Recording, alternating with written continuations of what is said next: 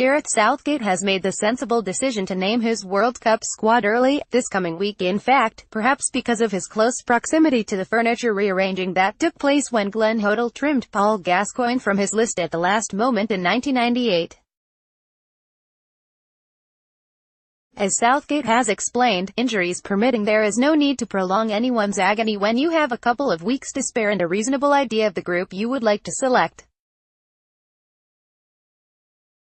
Better to let everyone know the good or bad news early and give the individuals in the finalized squad as much time as possible to get to know each other. Southgate has already been unlucky in losing Alex Oxlade-Chamberlain and Joe Gomez to injury. Both Liverpool players were virtual certainties to make the trip. Oxlade-Chamberlain on account of his tremendous form since moving from Arsenal, Gomez because of his versatility and ability to play in a back three. That may not be the way England actually line up, at least not all of the time, though the player who can happily provide cover in a couple of positions is always a bonus to a manager looking to leave himself as many options as a squad of 23 will permit. England at the moment are a young squad, with few seasoned internationals absolutely demanding selection, and for that reason Southgate may feel able to resist the temptation to include one or two names for the future simply to increase their experience. Jadon Sancho and Ademola Lookman, the two starlets breaking through in the Bundesliga, have both been mentioned, though the circumstances are not quite the same as when Sven-Göran Eriksson took a 17-year-old Theo Walcott to Germany in 2006.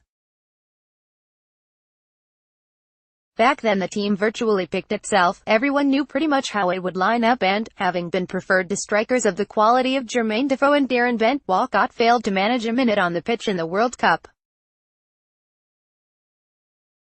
He was put back with the under-21s by the next manager, Steve McLaren, and ended up missing out on the 2010 finals under Fabio Capello when he boasted vastly more experience. Sign up for the Fiverr and get our daily football email. Sometimes the best of intentions do not always produce the desired results, and Southgate may feel, with players such as Ruben Loftus-Cheek, Trent Alexander-Arnold and Marcus Rashford under consideration, that he's doing enough for the future in any case. The flip side of the youth policy is what might be termed the elder statesman question. As already mentioned, England do not have too many of those, but Southgate is believed to be willing to name Joe Hart among his three goalkeepers, even though the most experienced international at his disposal is unlikely to be first choice. Martin Keown famously retired from international football after Brazil knocked England out of the 2002 World Cup in Japan, and who could blame him? In the later stages of his career he had been selected for the 1998 and 2002 tournaments by two different managers and failed to kick a ball in either. If Jack Butland and Jordan Pickford are the first two goalkeeping names on the list, surely it would do no harm to further Nick Pope's encouraging development rather than take Hart along as unrequired backup. Similarly, if Gary Cahill and Chris Smalling are unlikely to be first-team choices, it might be better to make up the numbers with an Alfie Mawson or a James Tarkowski, defenders presently on the periphery of the squad but players who are likely to be around when the next World Cup comes along.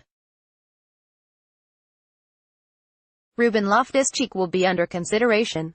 Photograph, Sean Brooks, Action Plus via Getty Images. So, on that basis, here is a suggested squad. The three goalkeepers who deserve to go are Butland, Pickford and Pope, although Southgate may prefer Hart to the Burnley player. Three centre-backs who seem certain to make the trip are John Stones, Harry Maguire and Phil Jones, and another Burnley player, Tarkowski, would be an adventurous fourth. Southgate must also consider the claims of Mawson, Cahill and Smalling for one place as extra defensive cover, though Michael Keane has probably slipped off the radar after an unimpressive first season at Everton.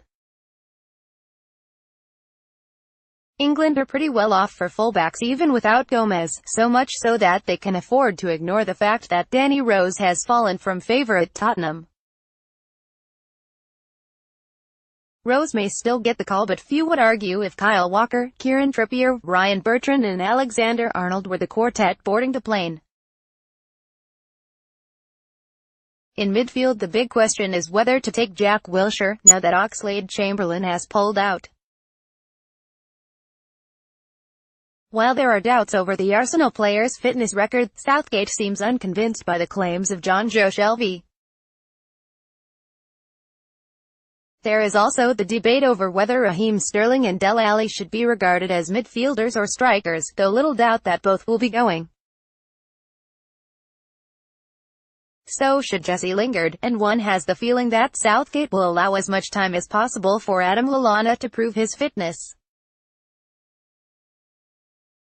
The manager has hinted there will be no surprises, so that probably means Wilshere is in and Shelvey out, though it does not necessarily rule out a call-up for Loftus-Cheek.